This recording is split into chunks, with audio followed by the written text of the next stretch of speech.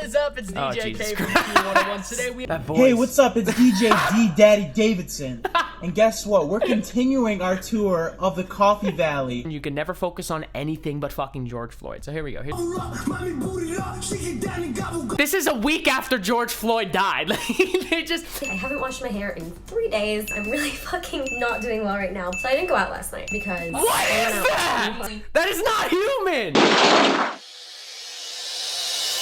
All right, thank God I'm finally doing one of these at night instead of fucking 6 o'clock in the morning. But excluding the first topic, because I do want to react to last night's rundown where Portnoy just can't keep fucking Kirk's name out of his mouth. But other than that, it's going to be what I would like to think is going to be just a fucking show of laughs and shitting on people, myself included. And again, it sucks that I am solo tonight, you know, no Austin, but he will be here. He's going to be here, I guess, via video, which is, you'll get it when you see it. That's the other thing. I know I'm not actually on camera. But there will be like videos overlaid, so like you can see some of like the videos, like the coffee video I'm gonna play later, Rhea, Ellie, all those videos are gonna be on screen. So like if you're just listening, you just think it's audio, and I'm like talking about the video. The video is gonna be up there. So the rundown, I'm gonna be honest. There's not really a lot for me to say about it. I mean, the only thing that really came new out of it was just that Steve almost got fired. But I'll be honest with you, what I'm way more interested in was the mailing list update that came out today. It was like 12 minutes. Just goes to show, man, Kirk just can't take a fucking vacation. But I guess he and Steve have a meeting with Erica that was supposed to go on at 5 o'clock. It's now 7. But that's one of those meetings where like I would really want to be I guess like a fly on the wall, because Kirk thinks it's like a nothing burger, but like I don't understand how on earth that's like possible. If you're like, why would a CEO randomly call a meeting to say nothing? Like CEOs, I mean, from what I know, I'm not a CEO my fucking self, but I do know people who are like, they don't just fucking volunteer their time for no reason. So, and I guess as far as the whole like Barstool subscription and all this stuff, I'm kind of just over this whole situation at this point. It's been talked about to fucking nausea this whole week. And it's just like between 2 rundowns, couple of mailing list shows, which I have no problem them talking about it. Then, you know, everybody talking about, you know, whether it's on the mashup or all the YouTube shows that are going on. And I want to talk about that later too. That wrestling edition on the mashup was fucking awesome last night. So I want to get to that too in a little bit.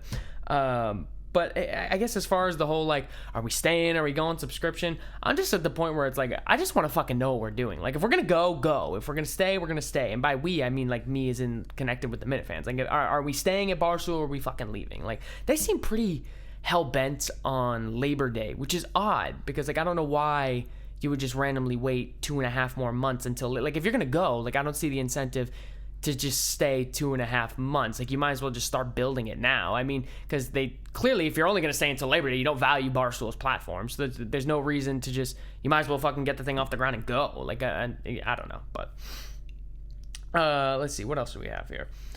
Oh, that was the other thing I was going to say was Dave. I guess he's been so freaking back and forth on the whole situation. It's just like, it's weird because he's such a normal person. Like, his persona is just like, he's just a goofy moron, but like, he's not a moron obviously, but he's just like, that's his persona. He's just been like the goofy relatable guy. He's like a joker. But it's weird, like with any one of these rundowns, he just gets like the ultimate pass because he turns into Dave the businessman, which is like, so at any point when, instead of arguing anything with logic or facts, you can just say, well, I don't know if it's good for business, and he kind of just gets like the pass. But and then DC, he's not coming on the fucking Minifan show. You're so fucking dumb. He's not. Dave Portnoy is not going to volunteer to come on the fucking Minifan show. I mean, Erica, I think, and Kirk have a much different. Even though, you know, Dave and Kirk get along, I think Erica and Kirk have a much different sort of relationship. Not that one's better than the other. I just think that they're different. You know, fucking, that would be what different means, shithead. But I would say, you know, if they are gonna stay, you know, and if they are gonna use this random Labor Day philosophy, I would start, or even just if they're gonna stay in general, like, and go to subscription at Barstool. I would start doing some cross promotion, because like I get all the fireworks. It's good to be in the news and all that stuff, and like be on the rundown, so people are seeing Kirk's name and maybe they get intrigued and check out the podcast.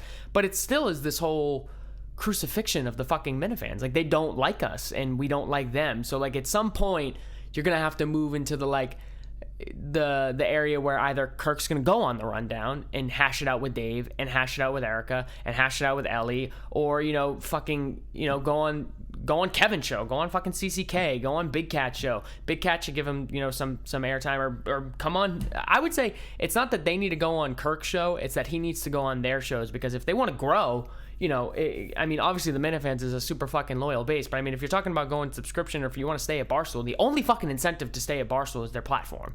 So if you're not going to use that, there's no reason to be there. But if you are going to stay and just have these constant battles, you're running in fucking circles. You're not going to grow at all. So I mean, what I would think you'd want to do is go on somebody like, even though I fucking hate KFC, go on his show and hash it out. So just so people can see that, like, it's not just edited sound clips, or here's what he said, she said, and all this stuff. Just fucking go on.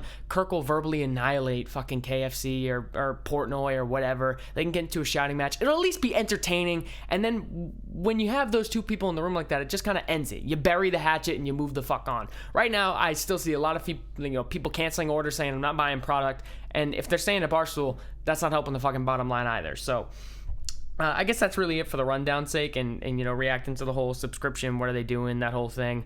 Other than that, I didn't take away much from the Kirk's little like 12-minute video today. But I mean, it's awesome. I think that obviously he's still doing that. I know he's going to have some blogs up on the way soon, which is going to be cool. Which is weird, because I know Kirk, before he got into radio, was so really big into writing. So like, it'll be really cool to, I guess, I've never actually, you know, yeah, I've never read a Kirk Minahan blog in my life, so it'll be interesting to see his writing style, I guess, because that's obviously, I don't want to say a dying form of media either, but I mean, it's certainly not as prominent as your, like, you know, your YouTube stars, your podcast stars, all that stuff. So, all right, there's really no way to like transition to this. It's so fucking random, and nobody's going to get it until I just play it out. But I really think people are gonna fucking laugh their asses off with this one, and it makes sense, I guess, because Austin, like, you know, aka Stinman86, he hasn't been on the show in a while. Credit to him, he's been fucking working his ass off. He's making a ton of money and doing, you know, things that are more important than, I mean, let's be honest, he doesn't have like a future in this world. He's you know, even if you're to talk shit about me, like, and say that I don't or whatever, like, he's not even an intern, so he has no obligation to do this stuff. He's just always done it because he's my friend, and he loves the world, don't get me wrong, but I mean, he's got to put money over the, as Kirk always says, you got to make a living. So okay, yeah, so I guess the easiest way to get to it would just be, I know a while back when they finally found some of my radio work in an episode I re-listen to all the time. I think it was called The Fuzz. And they played one of my coffee videos from Fun 107. So obviously it's a totally different DJK. It's a totally different guy, the radio guy, and I was also super young in my career at the time. They played a clip when I was like literally 18 years old. So I mean, but it honestly probably you're gonna find out evolved for the worse. So when I went to Virginia, it's so weird, like just how program directors and radio people are. Like, they were so excited. They're like, oh, we're gonna get the coffee reviews. Like, you're gonna do the coffee reviews? I'm like, yeah. Like, it just goes to show you how fucking dumb these idiots are. I mean, the whole thing is stupidly cringe, and there will be video for this one, trust me. So a little bit of backstory on how these worked, I guess. You know, hopefully this can make some sense. You know, it's not that hard. I would go to local shops and I would just rate them by the 5 categories. Oh, Jesus.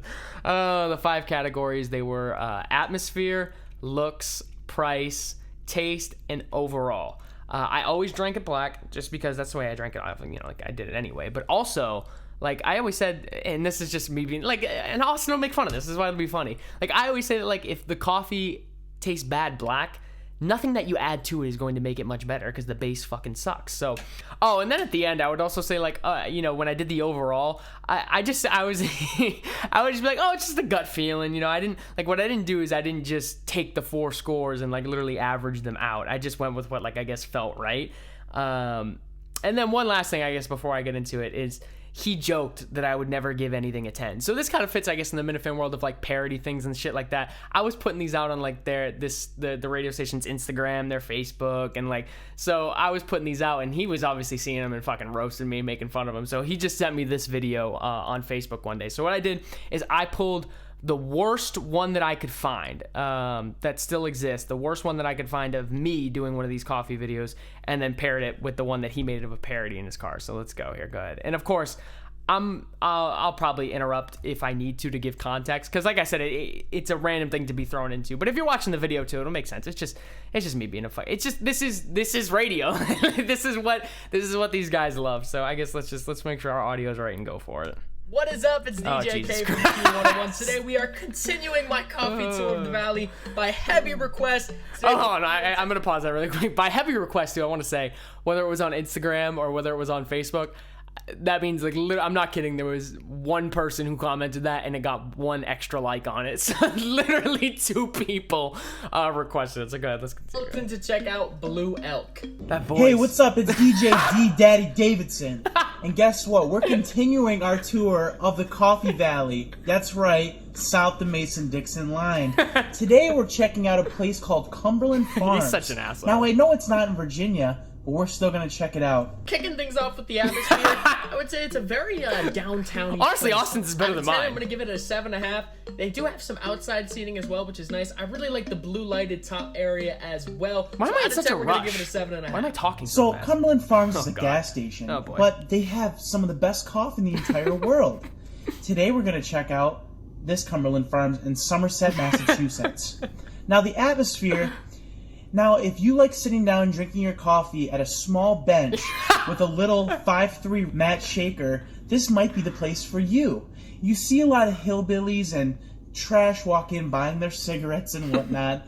And mind you, John you from can't stay Scranton. too long because you really can't be hanging out All there. right, really quick before I'm gonna pause it just for a second. like- That when he says you can't stay too long because you really can't be hanging out there, he flew in from Michigan one time, and myself, and our buddy Jackson, we went to Cumberland Farms at like 3 in the morning. We went to Dave and Buster's in Providence, and we went to Cumberland Farms, and we were smoking cigars that we bought from Cumberland Farms outside in the parking lot, and like they had like a little like area or whatever, and this police dude, this fucking douchebag, pulls up on us at like 3 in the morning, and he's like, because he thought that we were like lording or whatever, and even though we bought the cigars there, like when you buy a product there, you're allowed to fucking stay and use what you bought, asshole. And he pulled up on us, and it's just like, this is where you can tell like one of those like people who's just on a power trip. He just came up to us and he was like, yeah, you guys really can't be hanging out there. And and of course, Austin was a sarcastic ass. He was like, all right, yes, chief, sir, we'll take off. And he was just an asshole. But it's just like, I'm so like for police and all that other stuff, and like, you know, because everything that's going on. But it was just like,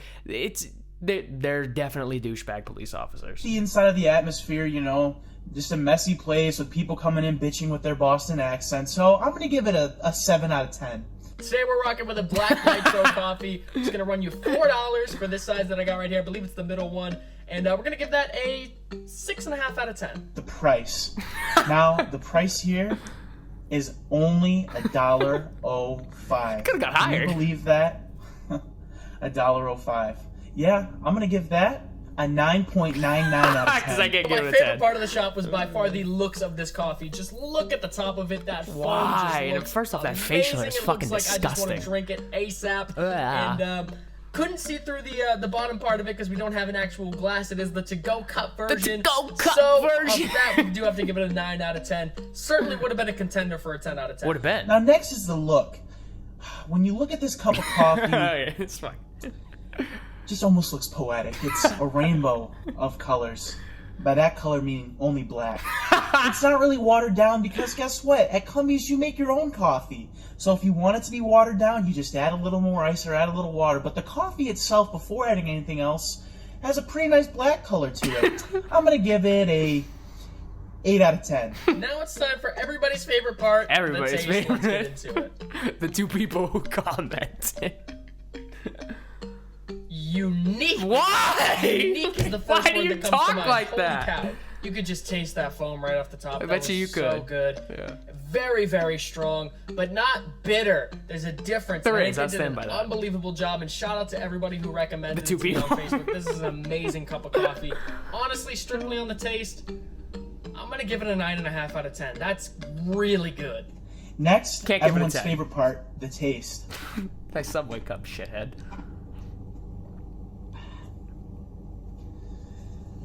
Just so many feelings coming into my mouth.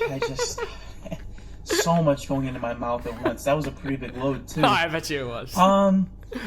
Just wonders. I can't. Another 9.99 out of 10. It was just fantastic. Truly amazing. Probably the best coffee I've ever had.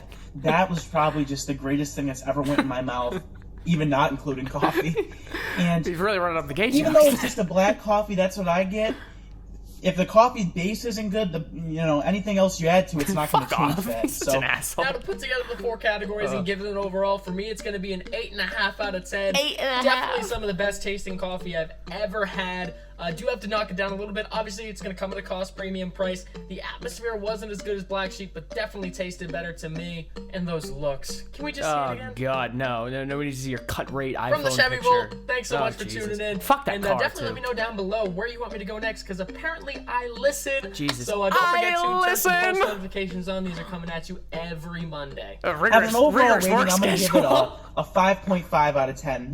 No math, just my gut feeling. So this is DJ Davidson, Daddy Davidson, signing off from the Ford Fusion. Have a good day. Funny thing is, we were both door dashing while we were doing it. It goes to show you how much money I was making. We were both door dashing at the time, but oh man, I think that those are still on Instagram too. I'm gonna pull that up really quick. And that's the other thing too, is like, it sucks, like, especially when I had Kirk on for that show, and that wasn't my best show obviously or anything. I was still new to all this stuff and trying to get, not that I'm much better now, but like, it was just different at the time. I was fucking very, very highly anticipated because those first 2 shitstorm episodes that I did. But and Austin said like 2 words the whole time, even when he's gotten decently better at it now, but he's fucking a mute a lot of the time. It's just like, I want that Austin to come out. So Austin, I don't even know if he listens to these or not. I'll text him and tell him to listen to it because he'll get a good kick out of it. He might laugh at it, but like, fucking, that's what I want. That's why I told you to drink 10 beers before you fucking come on the show. Be that kid. Like, why do you just come on and you make me look like an asshole, and everybody's always like, drop the boring co-host, or, I mean, there's obviously, just to give you a joke, buddy, those Stinman 316 Forever things are a joke. You fucking suck. Oh, Jesus. But no, let's see. When I go to that radio station, I mean, you can probably see it from my polo. That was when I was at Q101 in Virginia. Oh, Jesus Christ. I fucking hate that station with my life. I'm so fucking happy that the equivalent of like the Zarbano there that I had got fired right after I left because he drove me fucking insane. I hate that asshole so much. And I can't wait.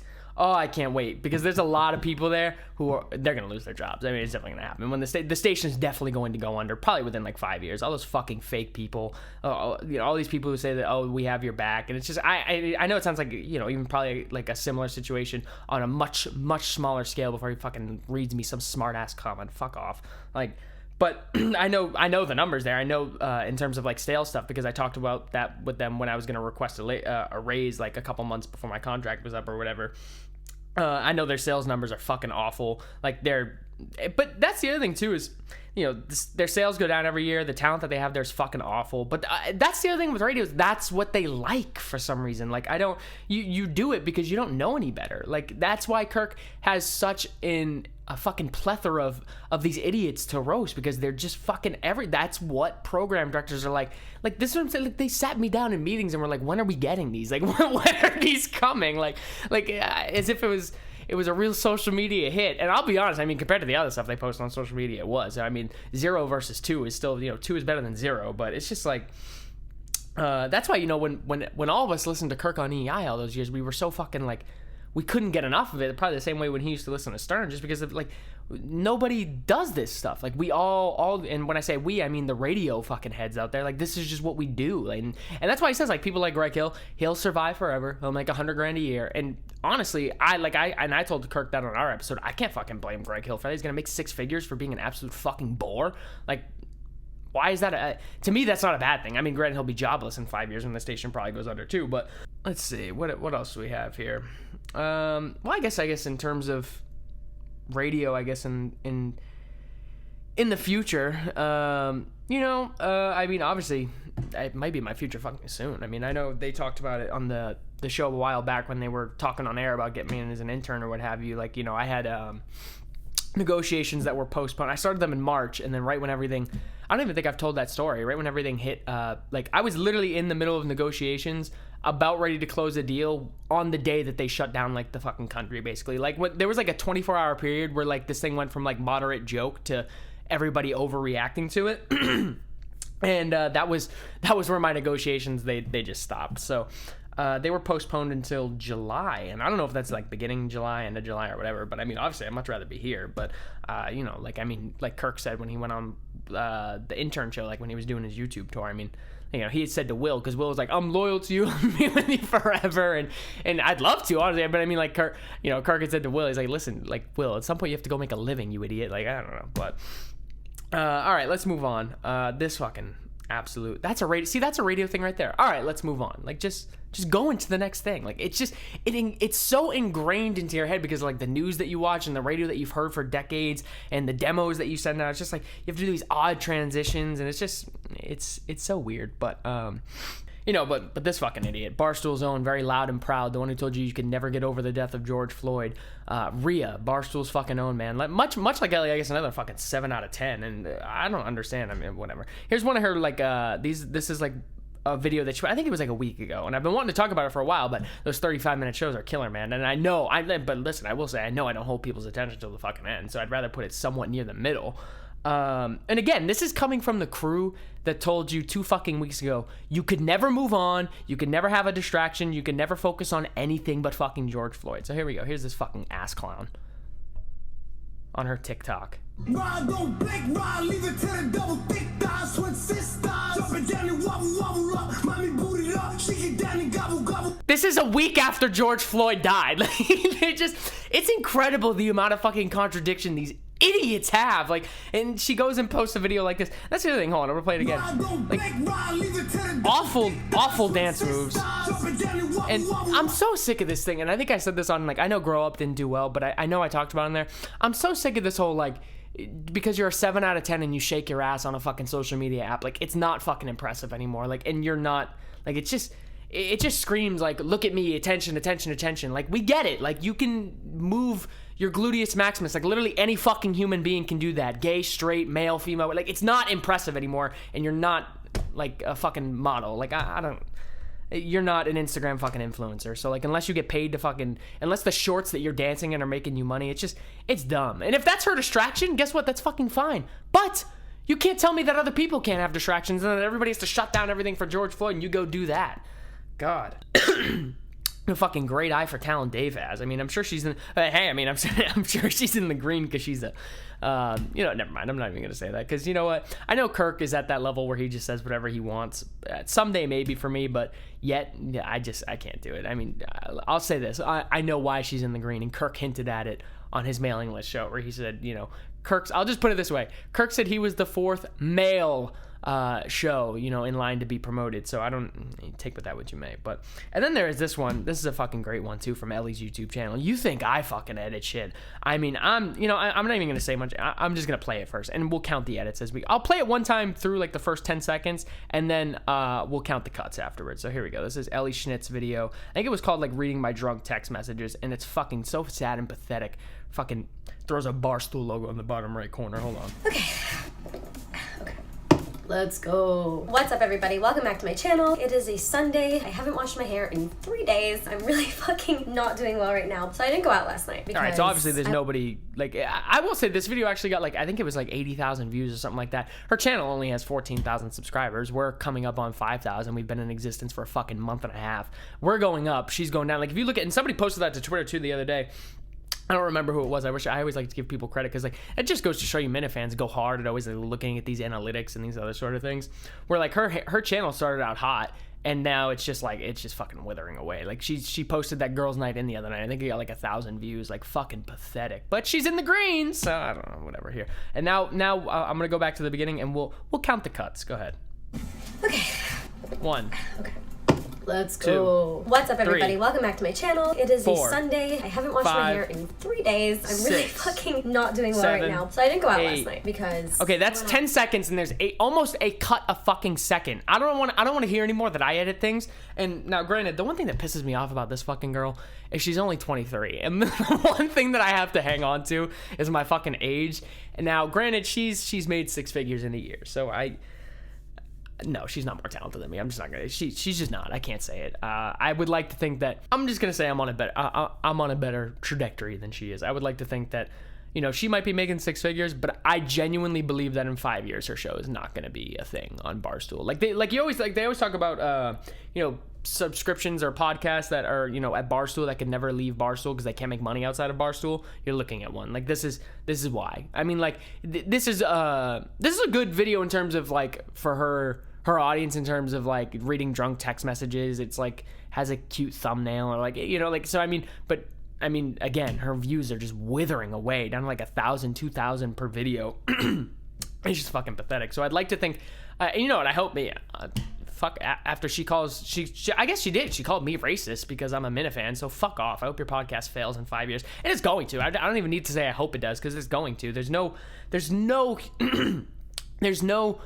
Ellie Schnitt, like I think her fan base is called Schnitheads. No fucking, like those will be withered away in a year and a half. She probably got hot buzz from Barstool promotion the first year it came out, and it's just one of those things that, you know, we talk about why radio might be dying, but that's because of the renaissance or all these new podcasters who are putting out amazing things. So if you're just a podcaster who puts out shit podcasts, you're gonna fall into the same boat. You're gonna be canned in 5 years too, dumbass. So.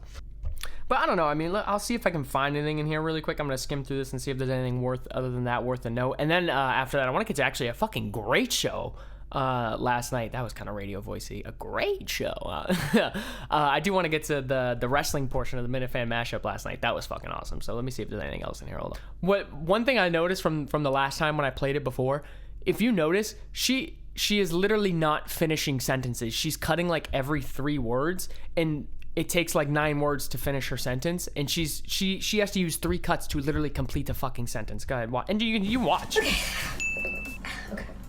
Let's go. What's up, everybody? Welcome back to my channel. It is a Sunday. I haven't washed my hair in 3 days. I'm really fucking not doing well right now. So I didn't go out last night because what is that? That is not human. 8 cuts for 2 sentences. I mean, come the fuck on. I mean, Jesus Christ. I'm over the whole fade to black Alistair Black edits thing. So I know Metters that said that on a show the other day. The reason I wasn't fucking filming video. The reason I'm not filming video is because I had to drive fucking 45 minutes to a studio when I moved my actual Bed Bath & Beyond setup back home, and I had to drive 45 minutes because I was recording at 6 a.m. in the morning, and I have 2 fucking little kids downstairs. Okay, you fucking dumb Australian fuck.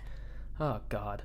He's so fucking annoying. He's just at the point now where he's like, and then you see him mooching off all these fucking, the Minifan mashup, fucking Mike and the Minifans wannabe junior. He's just, he pretends he's like, oh, this is for the Minifans. It's no, he's just trying to spike his views because all the people who are on the mashup are going to watch it. But I will say, not kudos to him. Kudos to the fucking 4 guys that were on it last night with this wrestling show. Adam in Jersey has been fucking messaging me a couple of times, I don't want to say forever, but a couple of times about doing a wrestling show. And, you know, I have something else in the works at the moment with a different, I mean, it's not really that unpredictable, but somebody else at the moment. It's not Stinman, though, with somebody else at the moment for a week in, what is it? I guess it would be a weekly podcast. It'd be once a week. Minifan related, so it wouldn't really. I think the wrestling content is fucking awesome, though. I think that's something that, and it seems like, I guess, based off the reaction we got on Twitter, I shouldn't say we because I wasn't on the show, but I mean, I was the one who posted the thread, so you know, there was a lot of fucking Minifans who were into wrestling, which is awesome because I really didn't think that there were. You know, when you branch out, you know, there's a lot of different topics. Whether I did Grow Up, Super Lemon Haze, you know, like the weed guys, you would think that it's really hit or miss, but there seems to be a lot of fucking Minifans into wrestling. And, you know, so I think based off the show last night, oh God, I'm only going to say 2 of them because I know 3 of them and I don't remember the other one and I don't want to leave them off the list. So I know TJ Hubbard did it. And I know Adam did it, you fucking idiot. Adam did it, and they're both awesome. All 4 people who were on it were great.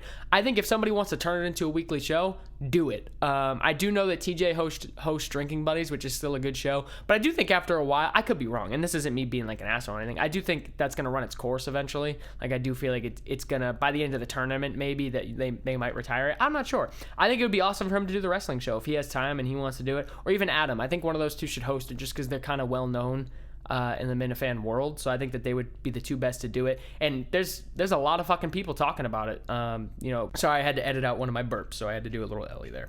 But no, I mean, I definitely can't host it if I'm going to be doing the other show, just between the intern work that I'm currently doing and all the other stuff. I prep really hard for my shows, so like, I'm not one of these talents that can just come on the air and just, you know, I'm not Kirk, I guess, in that regard, because, you know, Mike had said at the time, and I didn't believe him, that Steve might just put like 5 stories in front of him and he just fucking starts talking and runs away with it. I can't do that. You know, I really can't. I have to prep out my stuff pretty hard, and that is also because I am a pop radio contemporary hits talent where you're talking for 8 seconds at a time, so you're not used to just going for long periods of time unhinged and just talking like a normal fucking human being. So because I do a lot of prep, I think, you know, if I'm doing the other show, I may have time. I'm not sure. I don't want to. I can't commit to it right now. So I think one of those two guys should do it, and they do a fucking great job at it. I don't know if they're just going to do a week in review wrestling. Honestly, I mean, content-wise, it's something you could do multiple times a week between AEW, NXT, Raw, SmackDown, pay-per-views. You know, there are plenty of YouTubers I watch. I'm a huge fan of What Culture WWE,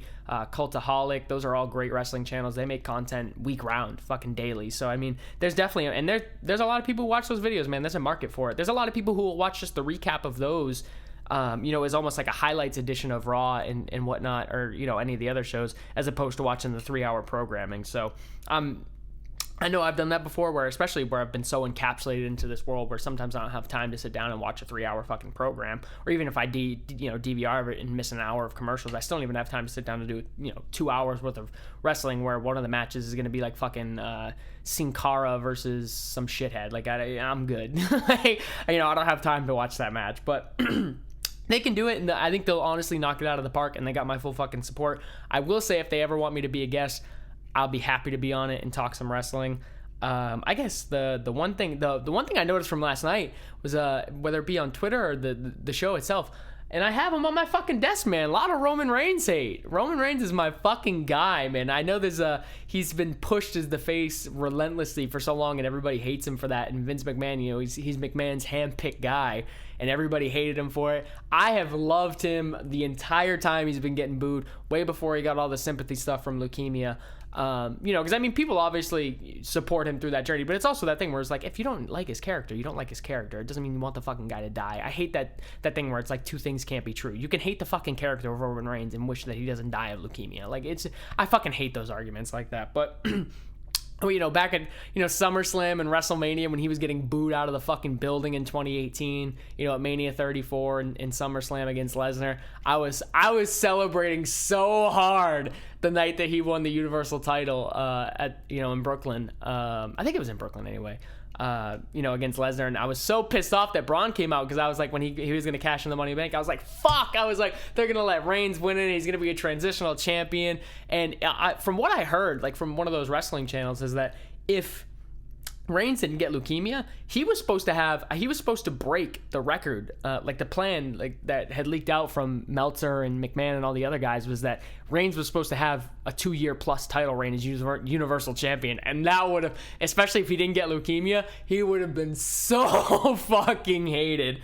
And then I was nervous, you know, that he was gonna lose it to Strowman the next night on, you know, Raw after not cashing in on SummerSlam. They had the whole thing where he came out, defended the title against Balor, and Braun came out, and the crowd went fucking wild, and then the Shield came out, and that was it. That 72 hours of wrestling might be one of the best in recent memory. That 2018 period from NXT on Saturday, SummerSlam 2018 on Sunday, and then that Raw where the Shield got back together. That might have been the best 72 hours of wrestling I've seen in a while. But I'm gonna wrap it up there. I'm looking forward to Kirk's little 10-minute spiel tomorrow, and I'll probably be back on Monday, man. I really enjoy doing these. It takes it's like I said, it's a lot of prep work, but it's fun, and hopefully it's something for you guys to listen to while the show is off. So I guess in the meantime, support the show, man. Go onto the YouTube channel, like, subscribe, comment, hit the bell, because Tara fucking said so. Goodbye, assholes.